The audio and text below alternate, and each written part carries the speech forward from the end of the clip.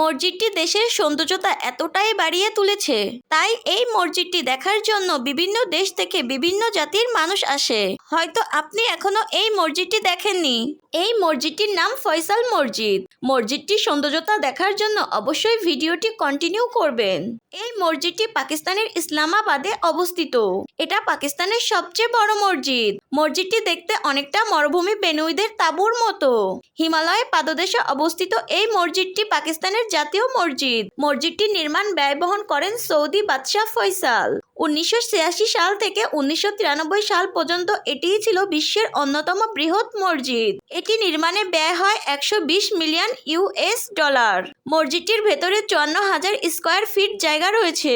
এখানে প্রায় 2 লাখ মুসল্লি সালাত আদায় করেন। এরকম ইসলামিক স্থাপনা দেখার জন্য অবশ্যই আমার পেজটি ফলো দিয়ে রাখবেন এবং ভিডিওটি সকল মুসলিমকে দেখার সুযোগ করে দিবেন।